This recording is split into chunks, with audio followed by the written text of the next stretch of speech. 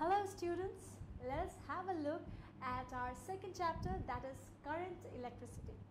After studying this chapter, you will be able to explain the electric current, define the electric fields and conductors, discuss the conductor and drift velocity, explain the Ohm's law, define the current volt characteristic curves, discuss the electric power and energy, explain the carbon resistors, discuss the EMF and internal resistance, discuss the Kirchhoff's law, current law and voltage law. We will first try to understand what is electricity. Now, electricity is a basic part of nature and it is one of the widely used forms of energy. Electricity is the movement of charged particles called electrons. These moving electrons create the lightning strike. They also light up a room when we flip on a switch. Electric current. Electric current is the rate of flow of electric charges, that is I equal to Q by T, where I is the electric current, Q the electric charge and T is the time taken. An instrument called an ammeter is used to measure electric current in a circuit. Now the SI unit of electric current is ampere and is denoted by letter capital A. 1 A is equal to 1 coulomb per second. Okay, what if we have to measure small quantities of current? These are expressed in milliamperes and microamperes. 1 milliampere is equal to 10 to the power minus 3 amperes and 1 microampere is equal to 10 to the power minus 6 amperes. Let us now talk about a few terminologies related to electric current. First, we shall see what an electrical circuit is. An electrical circuit is a continuous conducting path between the terminals of any source of electricity such as a cell or a battery. The electric potential difference between 2 points in an electric circuit carrying some current is the work done to move a unit charge from one point to the other. The potential difference is measured by means of an instrument called voltmeter. Now the SI unit of electric potential difference is volt and is denoted by letter V. 1 volt is the potential difference between 2 points in current carrying conductor when 1 joule of work is done to move a charge 1 coulomb from one point to the other. That is 1 volt is equal to 1 joule by 1 coulomb, or 1 V is equal to 1 J, C raised to the power of minus 1. Now let us take a look at the current diagram. Displayed here is a simple electric circuit containing a cell, switch and bulb.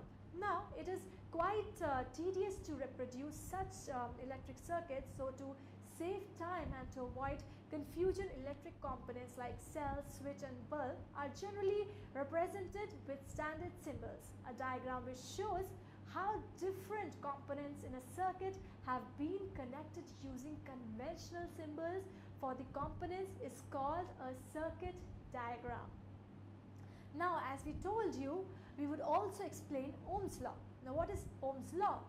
In 1827, a German physicist, Georg Simon Ohm, found out the relationship between the current I, that is, we told you that current is denoted by I, flowing in metallic wire and potential difference V across its terminals. This relation between potential difference and current is called Ohm's law. Now, according to Ohm's law, the electric current I flowing through a metallic wire is directly proportional to the potential difference V. According to Ohm's law, the electric current I flowing through a metallic wire is directly proportional to potential difference V across the ends, provided its temperature remains the same. Now mathematically, Ohm's law can be written as V directly proportional to I, or V is equal to Ri, where R is the constant of proportionality for the resistance of a conductor. A simple way to remember Ohm's law is to visualize a triangle VRI. For finding out the values of any of the variables, simply hide that variable and get the value of hidden variables. Thus, when we hide V, we get R into I, hence V is equal to R into I. Similarly, if we hide R, we get R is equal to V by I. And if I is hidden, we get I is equal to V by R. Now, let's move on to electrical resistance. Imagine a river flowing downstream from a mountain. The river encounters several blocks of boulders and rocks which block its flow. In other words, these rocks act as a resistance to the flow of river. The opposition of obstruction offered by a conductor to the passage of drifting electrons is called electric resistance. Ohm is the unit of resistance. The Greek letter omega is used to represent ohm. A conductor is said to have a resistance of 1 ohm, that is OHM, if a current of 1 ampere flows through it when its ends are at potential difference of 1 volt. Let us look at the bigger units of resistance. 1 mega ohm is equal to 10 to the power 6 ohms, and 1 giga ohm is equal to 10 to the power 9 ohms. Now there are few factors which affect the resistance of a conductor. The resistance of a conductor depends upon the nature of resistor used, its length, area of cross section, and the temperature. The electrical resistivity of a material. Precise measurements have shown that resistance of a uniform metallic conductor is directly proportional to its length L and inversely proportional to the area of cross section, that is A. That is R directly proportional to L by 8, or R is equal to rho into L by A, where rho is the constant of proportionality and is commonly known as electrical resistivity of material or a conductor. Or rho is equal to Ra by L. The SI unit of resistivity is ohm meter. Let's move on to resistors. Okay, so what is resistor? A circuit device made to have a specific value of resistance between its ends is called a resistor. Resistors in the range 0.01 ohms to 10 to the power 7 ohms can be brought off the shelf. The resistor is marked with a standard code using 3 or 4 color bands according to the color scheme shown in the table. The first 2 bands represent the significant digits. The third band indicates the decimal multiplier, and the last band stands for tolerance level or the maximum power that it can dissipate. The resistor has a value of 47 kilo ohms and plus or minus 10% of tolerance. Now let us try to read the value of this resistor. From the table, we know that the first band, that is yellow, corresponds to 4. Violet corresponds to 7. The third band, which is a multiplier, corresponds to 10 to the power 3, and the last band, which is silver, tells us that the tolerance level is plus or minus 10%. The value of this resistor is 47 into 10 to the power 3 ohms plus or minus 10% tolerance, or it is equal to 47 kilo ohms plus or minus 10% tolerance. Okay, this is the mnemonic of the color code for resistors. B.B. Roy of Great Britain had a very good wife. Let us now look at arrangement of resistors in an electric circuit. In an electric circuit, resistors are arranged either parallel to each other or in series. Now resistors are said to be connected in series if they are connected one after the other in the form of a continuous chain. When resistors R1, R2, R3 until Rn are connected in series is given by the relation R is equal to R1 plus R2 plus R3 plus until plus Rn, where n determines the number of series, and resistors are said to be connected in parallel if they have a common positive terminal and a negative terminal. Effective resistance of a circuit when resistors R1, R2, R3 until Rn are connected in parallel is given by relation 1 by R is equal to 1 by R1 plus 1 by R2 plus 1 by R3 plus until plus 1 by Rn. Now let's move on to electrical power and energy. As we told, current is the flow of electrical charge. It is measured by the rate of flow of charge. If charge Q passes a point in 1 second, then current is equal to Q by T. Now a conductor has resistance. Hence, work must be done. That is, energy must be spent to move electric charge through a conductor. By definition, potential difference V between 2 points is the work done in moving unit charge between these 2 points.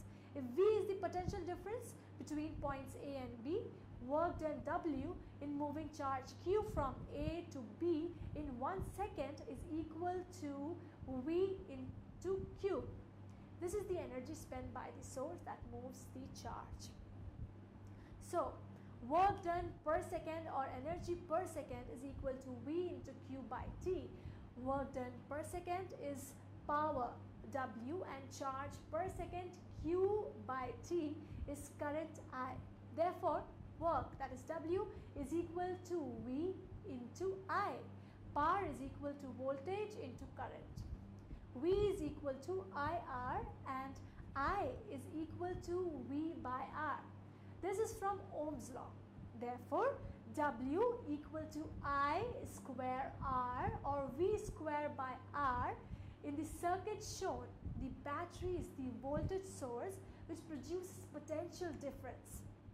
This potential difference drives current through the resistor R.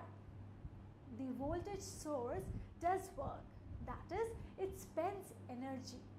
So, power supplied by the source is equal to voltage into current, which is V into I.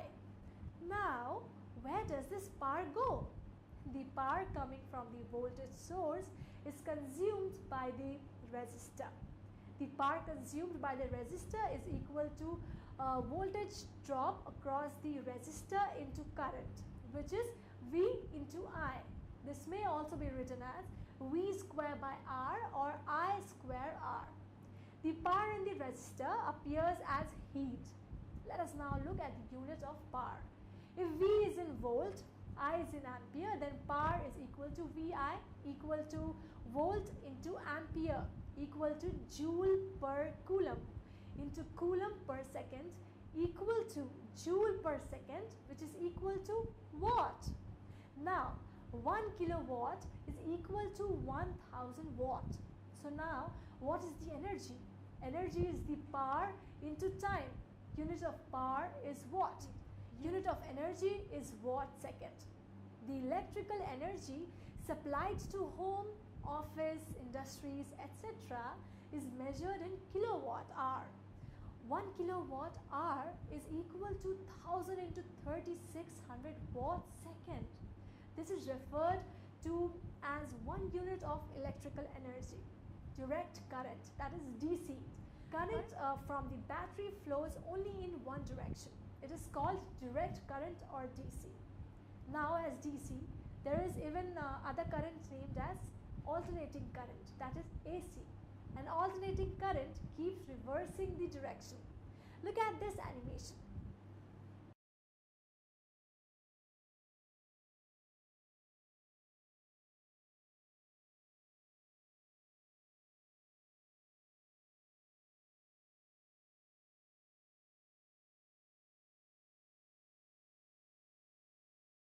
This is one cycle.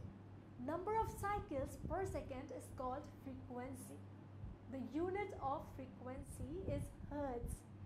Power supplied by electric supply companies is alternating current, AC.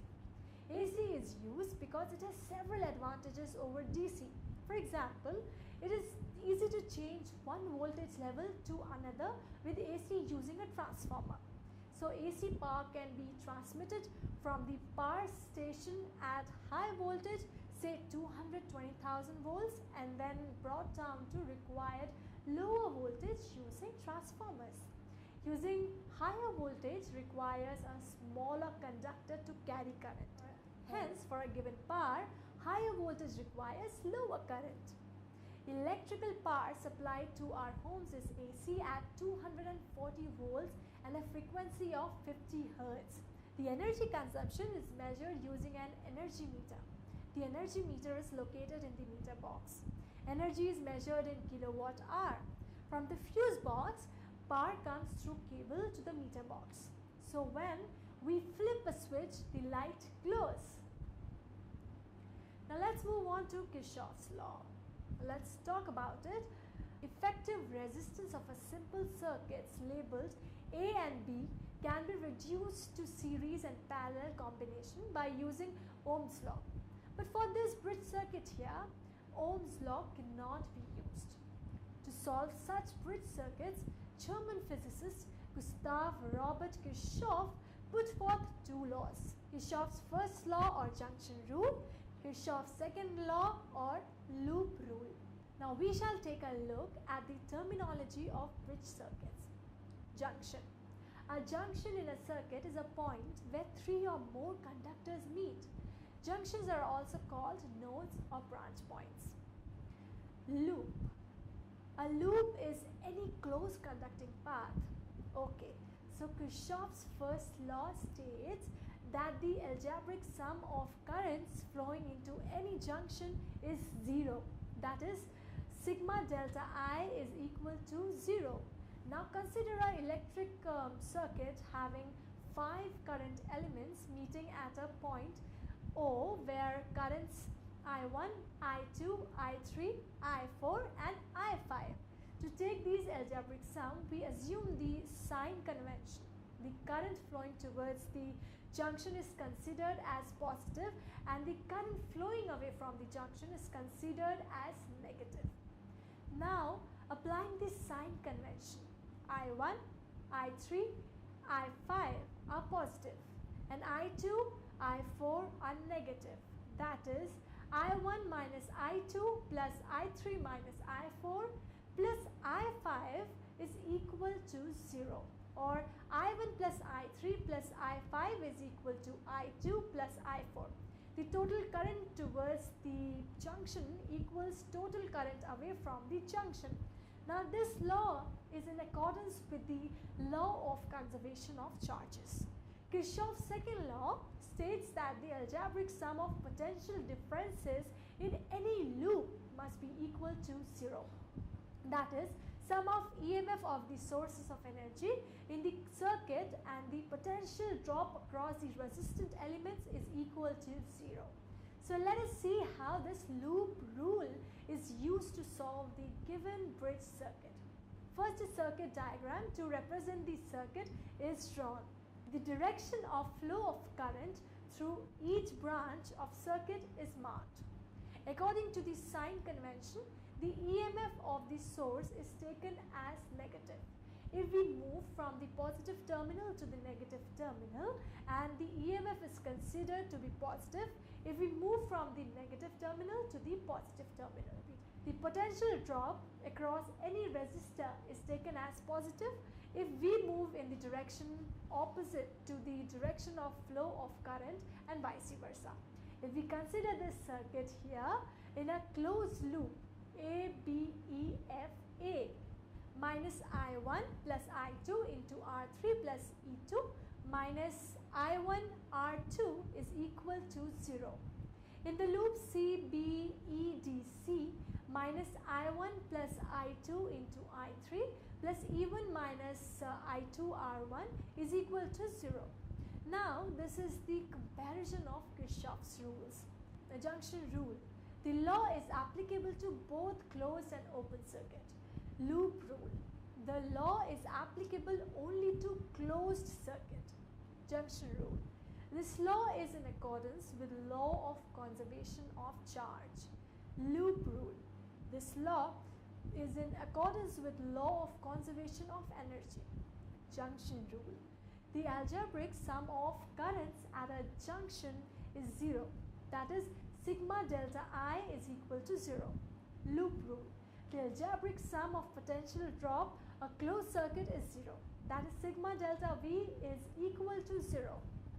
Now let's move on to Wheatstone Bridge. A Wheatstone Bridge is an arrangement for measurement of unknown resistance. A Wheatstone Bridge consists of 4 resistors of resistances P, Q, R and S connected together to form a quadrilateral of bridge ABCD. A pair of opposite junction B and D is connected through a galvanometer, and the other pair of opposite junctions A and C is connected through a battery and a key.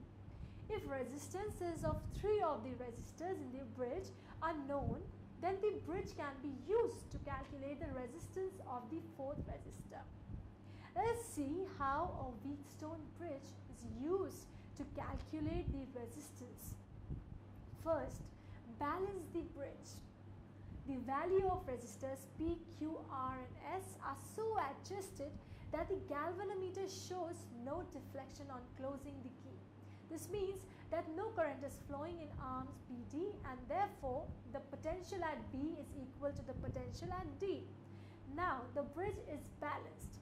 P by Q is equal to R by S.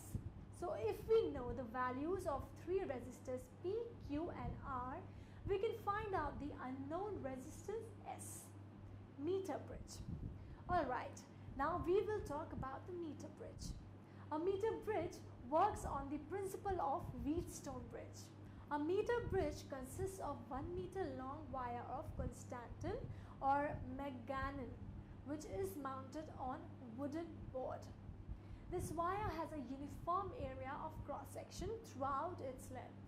The meter bridge is most commonly used to calculate the resistance of a given resistor and to determine the unknown resistance.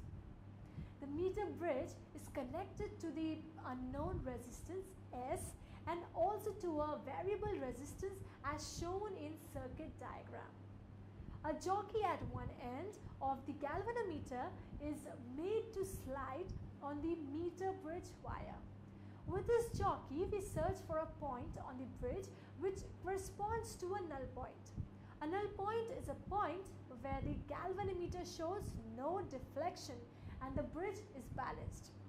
When the bridge is balanced, the ratio of resistance of wire AB to the resistance of wire BC will be equal to the ratio of resistance R to the resistance of S.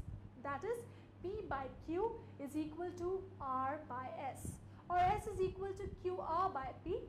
Now, if rho is the resistivity and alpha is the area of cross section of the meter bridge wire, then S is equal to rho into 100 minus I divided by alpha, and P is equal to rho into I divided by alpha. So by knowing the balancing length I and the known resistance R, we can find the unknown resistance S. We move on to potentiometer. As the name suggests, a potentiometer is an instrument used to measure an unknown potential difference. A potentiometer has 4 1 meter long wires stretched parallelly to each other on a board, that is wooden board, by the side of a meter scale. This wire is generally made of manganese and is stretched along a wooden board with its ends fixed to thick copper strips. The end A reads 0 centimeter and the length of the wire between A and B is 400 centimeters. The wire is connected to a source of constant EMF through a rheostat, ammeter and a one-way key. A galvanometer is connected between end A of the wire and jockey of slider S. When a current flows through a wire of a uniform thickness and same composition, potential difference between the 2 points is directly proportional to the length of the wire between the 2 points. That is, V is directly proportional to I, or V is equal to Ki, where K is constant of proportionality called the potential gradient. The potentiometer works on this principle. If a graph is plotted between V and I, a straight line graph is obtained. Let us now compare the EMF of two cells. A potentiometer can be used to compare the EMF of two cells. For comparing the EMF of two cells, arrange cells as shown. The EMF of the driving battery is constant and more than that of given experimental cells E1 and E2. The positive terminals of the cells E1 and E2 are connected to the 0 and terminal A of the potentiometer, whereas the negative terminals are connected through a two-way key to a galvanometer and a jockey. Close the main key K and the key K1 so that cell E1 comes into circuit. The jockey is moved gently along the potentiometer wire AB till a point is obtained where the galvanometer shows no deflection. Let this pointer J be at distance I1 from the 0 end. At this point, E1 is directly proportional to the length of balancing wire. E1 is equal to K into I1, where K is constant of proportionality. Now open the circuit by opening the keys K and K1. Now close the main key K and key K2 so that the cell E2 comes into circuit. The jockey is again moved along the potentiometer to find a balancing point. Let this point be at a distance I2 from the 0 end. At this point, E2 is directly proportional to the length of balancing wire. E2 is equal to Ki2. The EMFs are compared by dividing the two equations. E1 is equal to Ki1 and E2 is equal to Ki2. That is, E1 by E2 is equal to I1 by I2.